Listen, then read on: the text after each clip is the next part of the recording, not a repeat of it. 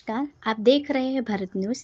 मुरैना नगर निगम की निर्माण शाखा के पीछे बन रही पानी की टंकी के निर्माण में शासन तथा सरकार के नियम, कानून ठेकेदार और इंजीनियर की जेब में रखे हैं। निर्माण कार्य में प्रयोग की नई रेत चंबल नदी के अवैध रूप से लाकर उपयोग की गई, उसकी न तो रॉयल्टी ली गई और न ही वैध अनुमति थी, जबकि नियमों के अनुसार निर्माण में सींग या अन्य अन्य वैध स्रोत की रेत का उपयोग किया जाना चाहिए।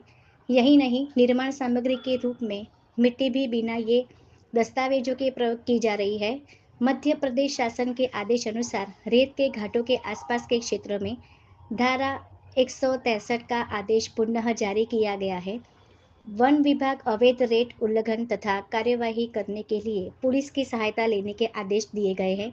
प्रबंध आदेश के बाद भी सरकारी निर्माण कार्य में लाडली से हो रहा चंबल रेत का उपयोग को लेकर ब्लॉक लिस्टेड कंपनी को कैसे मिल टंकी।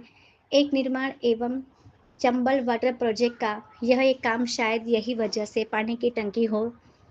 सरकारी भवन या नरक निगम के किसी ठेकेदार द्वारा बनाई गई सड़क को इंजीनियर द्वारा किया गया निरीक्षण 3 माह में उसकी गुणवत्ता के पोल खोल देता है। खास तौर पर भगत 3 साल में नरक निगम द्वारा वैसे तो कागजों में सड़क सड़क बन गई है, लेकिन फिर भी किसी को गली मोहल्ले की सड़क इंजीनियर ठेकेदार और स्थानिक वार्षद निगम आयुक्त के मोटे पेट की औकात बताना काफ़ी है। बहरहाल इस निर्माण दिन पानी की टंकी में लगता जाने वाला सरिया मजदूरों की सुरक्षा के मानक गुणवत्ता विहीन एक्सपायरी सीमेंट और प्रतिबंधित रेट आज सिस्टम की मिलीभगत को उजागर करते नजर आ रहे हैं। मुरैना से राजकुमार पचौरी की खास report, Bharat news 24/7 news channel के साथ।